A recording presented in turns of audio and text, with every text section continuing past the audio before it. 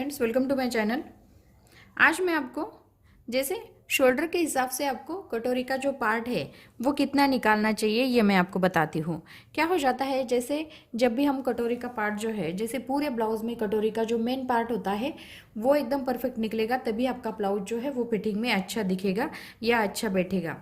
तब आपको क्या करना है, ये जो पार्ट है ये कैसे निकालना है, बहुत ही सिंपल तरीके से। और मैं एक ट्रिक्स बताऊंगी जो आप जिनको भी नहीं आता है वो भी ये कटिंग करेंगे। तो यहाँ पे मैं बहुत सिंपल तरीके से बताती हूँ, तो वीडियो को आप पूरा देख लें, ताकि वीडियो पसंद आने पर वीडियो को लाइक ज़रूर कीजिए, शेयर कीजिए और हमारे चैनल को सब्सक्राइब कीजिए।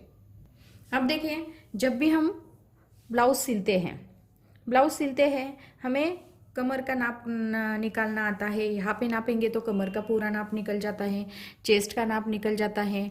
यहाँ पे हमारा इस तरह से ठीक से रखेंगे तो शोल्डर का भी नाप निकल जाता है। स्लीव्स की भी हम इस तरह से पूरी लंबाई लेंगे और बॉटम लेंगे तो भी स्लीव्स का नाप जो है वो निकल जाता है। अब देखिए, यहाँ पे आपको कटोरी का जो मेन पार्ट है उसका नाप कैसे निकालना है। तो यहाँ पे आपको चेस्ट के हिसाब से या शोल्डर के हिसाब से, मैं आपको आज शोल्डर के हिसाब से बताऊंगी कि इसको कैसे निकालते हैं। जब हम शोल्डर का नाप लेते हैं, छोटा नाप होगा तो शोल्डर कम आएगा, मीडियम नाप होगा तो शोल्डर भी मीडियम आएगा, फुल बड़ा नाप होगा तो शोल्डर भी ज़्यादा आएगा। तो शोल्डर के हिसाब से हमें कटोरी का नाप लेना पड़ता है। तो शोल्डर के हिसाब से आप कटोरी का नाप लेंगे तो आपका कटोरी भी परफेक्ट आएगा और फिटिंग भी अच्छी आएगी। लेकिन वो जो शोल्डर के हिसाब से हम कटोरी का नाप निकालते हैं वो हमारा बेसिक कटोरी का नाप निकल जाता है। तब देखिए, यहाँ पे मैं आपको बता देती हूँ, जब भी हम ब्लाउज सिलते हैं तो यहाँ पे हम कटोरी का नाप लेते हैं और यहाँ पे हमारा जो गला है इस तरह से गले को अच्छे से रखना है। गले को अच्छे से रखने के बाद यहाँ पे आपको क्या करना है, गला एकदम सीधा इस तरह से रखना है और यहाँ पे आपको क्या करना है, इसका शोल्डर का नाप निकालना है। अब देखिए, यहाँ पे हमारा शोल्डर का नाप आता है 11.5 इंच। 11.5 इंच हमारे शोल्डर का नाप आता है। गला अच्छे से रखना है एकदम परफेक्ट, और यहाँ पे शोल्डर जो है वो ठीक से लेना है। तो यहाँ पे हमारे शोल्डर का नाप आता है 11.5 इंच। 11.5 इंच हमारे शोल्डर का नाप आता है।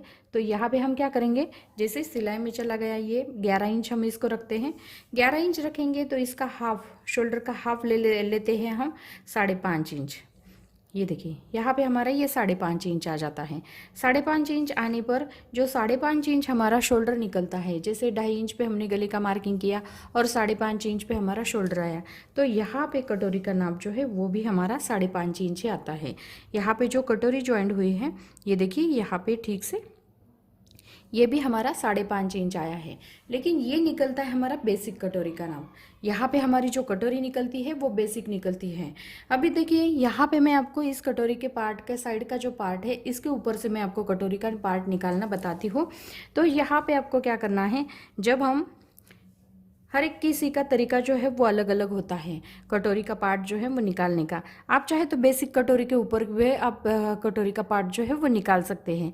लेकिन यहाँ पे जो साइड का जो फिटिंग होती है, साइड का जो पार्ट होता है, यहाँ पे आप इस तरह से राउंड शेप देंगे और यहाँ पे एक सीधी लाइन लगानी है, जो नीचे के साइड में आपको 1.5 इंच छोड़ देना है। 1.5 इंच छोड़ने के बाद यहाँ से यहाँ तक आपको इसका पहले सेंटर, कटोरी का जो बेसिक कटोरी है उसका पहले सेंटर निकालना है। उसके बाद सेंटर से यहाँ पे आपको 1.5 इंच लेना है। 1.5 इंच लेने के बाद यहाँ से यहाँ तक आपको 1.5 इंच लेना है। और 1.5 इंच लेने के बाद, जैसे ये कटोरी का पार्ट हमारा 5.5 इंच है, जितना हमारा ये कटोरी का हाफ आता है, ये कटोरी का हाफ जितना आता है यहाँ पे 3.25 इंच आपको लेना है। और उसके आगे आपको थोड़ा सा, जैसे 1/4 इंच आपको सिलाई में जितना जाता है उतना आपको एक्स्ट्रा रखना है। जैसे इस साइड में आपका 1.5 इंच या 2.25 इंच या 2 इंच आया है, वैसे ही आपको इस साइड में 1.5 या 2 इंच आना चाहिए। जितना हमने इस साइड में लिया है उतना ही आपको इस साइड में लेना है। और नीचे के साइड में 1.5 इंच तो आता ही है, और जो 1.5 इंच छोड़ के हमने लिया था उसके आगे जो बेसिक कटोरी का हाफ जो है वो निकलता है, वो लेना है। तो यहाँ पे जो टक्स पॉइंट आता है ये 3 इंच का आता है। यहाँ पे भी आपको हल्का सा 1/4 इंच बढ़ा के, जितना सिलाई में जाता है उतना आपको बढ़ाना है और यहाँ पे इसको ज्वाइन करना है। यहाँ पे ये 1.5 इंच पे नीचे लिया था एक्स्ट्रा, यहाँ पे ज्वाइन करना है, यहाँ से यहाँ तक ज्वाइन करना है, यहाँ इस तरह से। और यहाँ पे भी थोड़ा सा एक्स्ट्रा लेना है सिलाई मार्जिन के लिए, और यहाँ पे इस तरह से इसे ज्वाइन करना है। तो देखिए, यहाँ पे ये जो बेसिक कटोरी निकलती है उसके ऊपर हमें कटोरी को बढ़ाना पड़ता है। जब हम कटोरी को बढ़ाते हैं तब जाके हमारी कटोरी जो है ये इस तरह से आती है। फिर हमें सिलाई करनी पड़ती है, तब आप ब्लाउज़ के लिए ज्वाइन कर सकते हैं। नहीं तो क्या हो जाता है, बेसिक कटोरी आप ज्वाइन करेंगे तो आपका ब्लाउज जो है वो ख़राब हो जाएगा।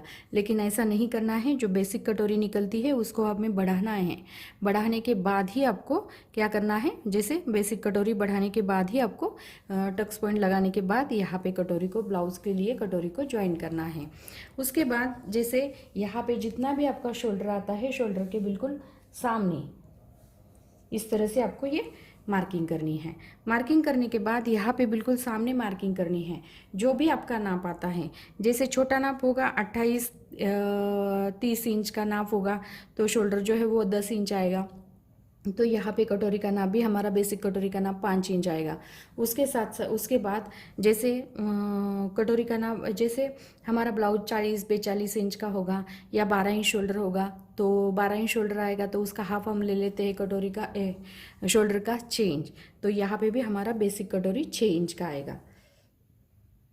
जैसे चेस्ट के हिसाब से, जैसे चेस्ट का नाप बढ़ेगा वैसे ही शोल्डर का नाप बढ़ेगा, वैसे ही कटोरी का नाप बढ़ेगा।